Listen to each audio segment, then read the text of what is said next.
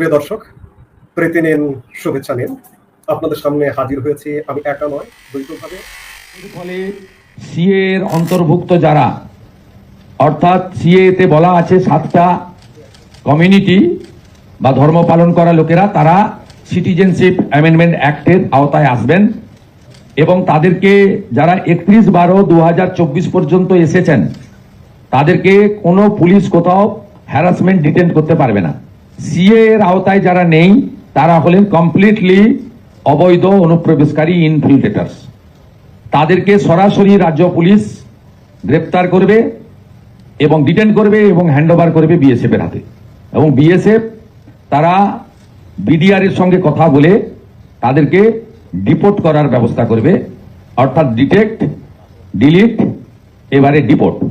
এই আইন আজ থেকে কার্যকর হলো। হোম সেক্রেটারি বুঝতে পারছেন, আমি নির্বাচন আগে থেকে বলছিলাম শুভেন্দু অধিকারী যখন থেকে প্রধানমন্ত্রী হবে পরের দিন থেকে মনে করেন 2-3টা ঘটনা ঘটবে। একটা হলো বাংলাদেশ বিরোধী যত রকম কর্মকাণ্ড সবগুলো করতে থাকবে, সেখানকার হিন্দু মুসলিম সম্প্রদায়কে বিভক্ত করার চেষ্টা করবে। এটা দেখেন, যেটা বলছি ঠিক সেটাই হচ্ছে।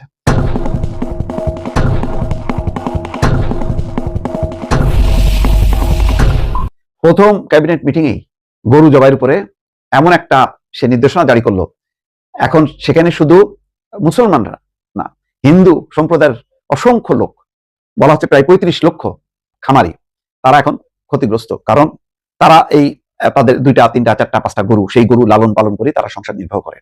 সেখানে তো শুধু জবাইয়ের ব্যাপার না, সেখানে দুধ, পনির বানানো, দুধ বিক্রি করা, মিষ্টি বানানো, এটাকে কেন্দ্র করে একটা বড় একটা শিল্প, সেটাকে একটা ধ্বংস করে দিল যখন বললো যে 14 বছরের আগে মানে জবাই করা যাবে না। 14 বছর বাঁচেও না, সাধারণত 10 থেকে 12 বছর বাঁচে, আর 14 বছর তখন জীর্ণ শীর্ণ হয়ে যায়। তো স্বাভাবিকভাবে যখন কি গরুগুলো বড় হয়ে যায়, 2-3 7-8 বছর হয়, তখন তারা বিক্রি করে, কিন্তু সেই বিক্রি তারা করতে পারবে না। ফলে গরু কেউ আর কি বলে লালন পালন করতে কেউ উৎসাহী হবে না, তার মানে সেখান থেকে সরে যাবে। যাক, সেটা অন্য গেল। গুরুত্বপূর্ণ বিষয় হলো যে এটা বলছে, এইটা বাংলাদেশের সঙ্গে এক ধরনের শুভেন্দুর যুদ্ধ বাঁধানোর মতন একটা ঘোষণা তিনি করলেন এই ভাষণটা দিয়ে, বক্তব্যটা দিয়ে।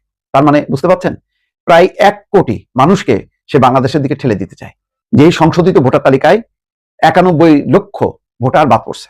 এই 91 লক্ষ ভোটার যারা এই ভোটের আওতায় আসেনি তাদেরকে বলা হচ্ছে অনুপ্রবেশকারী। তাদেরকে ডিপোর্ট করবে, এবং তাদের মধ্যে অধিকাংশই মুসলমান এবং তারা দরিদ্র শ্রেণীর মানুষ, যাদের ফাইট করার সক্ষমতা নেই। যদিও 27 লক্ষ এই যাদেরকে বাদ দেওয়া হয়েছে, 27 লক্ষ আবেদন করছে সরকারের কাছে, কিন্তু সেগুলি যাচাই বাছাই করেনি। ওইভাবেই কিন্তু তারা এই 91 লক্ষ ভোটারকে বাদ দিয়ে তারা নির্বাচনটা করছে। প্রায় 1 কোটি জনগোষ্ঠীকে সে ঠেলে দিতে চায় বাংলাদেশের দিকে। এটা রীতিমতো একটা যুদ্ধ পরিকল্পনা ছাড়া অন্য কোনো কিছু না। এবং প্রথম দিন থেকেই বাংলাদেশের বিরুদ্ধে আর আভ্যন্তরীণভাবে হিন্দু মুসলিম বিভক্ত করা। তো ঘটনাক্রমে গরুর বিষয়ে যে নির্দেশনা জারি করছে তাতে হিন্দু মুসলিম তৃণমূল পর্যায়ে ঐক্যবদ্ধ হয়ে গেছে। কারণ যেহেতু এই গরু লালন পালনের উপর বহু হিন্দু পরিবার মানে জীবিকা নির্বাহ করে, সুতরাং তারা এই ইস্যুতে তারা বুঝতে পারছে যে তাদের সর্বনাশ হচ্ছে, গরুর বেচাকেনা হবে না, হাটেও তুলছে না কেউ, কারণ হাটে তোলার মতন বয়স নেই। 14 বছর যখন হয় জীর্ণ শীর্ণ সেই গরু যদি বেঁচেও থাকে, সেগুলোর কোনো দাম পাবে না। আর 14 বছরের আগে গরু কাটতে পারবে না, মানে সেই একটা গরু সেই লালন পালন করতে গেলে তার 5-7 লাখ টাকা ব্যয় হবে। ওই ব্যয় করার পরে যখন সে হাটে তুলবে, সে তখন 1 লাখ 1.5 লাখ টাকা দামও বিক্রি করতে পারবে না। সব মিলে একটা মহা বিপর্যয়। এই বিপর্যয়ের মধ্যে ওই রাস্তায় নামাজ পড়া যাবে না, নানা রকম নির্দেশনা জারি করে একটা ভয়াল পরিস্থিতি তৈরি করছে। এখন কি হবে জানি না, যেটা হবে যে বাংলাদেশ এটা আবার সম্পর্ক স্থাপনের যেই একটা চিন্তা চলছিল নির্বাচনের পর, রাজনৈতিক সরকারের সাথে নাকি কোনো ঝামেলা হবে না এবং রাজনৈতিক সরকার আসলেই সব সমস্যা মিটে যাবে। কিন্তু পশ্চিমবঙ্গে শুভেন্দু সরকার আসার পর সেটা তো এখন উল্টা বুমেরাং হচ্ছে। ইউনূস সরকারের চেয়ে খারাপ পরিস্থিতি হবে যদি সত্যি সত্যি এরকম ঘটনা তারা রিপোর্ট করতে থাকে, গ্রেপ্তার করে যদি বিএসএফ এর হাতে তুলে দেওয়া হয়, আর বিএসএফ যদি পুশ ইন করার চেষ্টা করে, তাহলে এই অঞ্চল বসে থাকবে না, এই অঞ্চল থেকে পাল্টা প্রতিরোধ হবে। তার মানে এক ধরনের যুদ্ধ পরিস্থিতি সীমান্তে মানে লাগাই দিল আর কি শুভেন্দু অধিকারী। যাই না, এর বিপরীতে শুভেন্দু অধিকারীর এই বক্তব্যের পর বাংলাদেশের কূটনীতি, পররাষ্ট্রনীতি তাদের মতো পার হচ্ছে, বা তাদের কি বক্তব্য নিশ্চয়ই সেটি জানার এবং দেখার অপেক্ষায় থাকলেন দর্শক।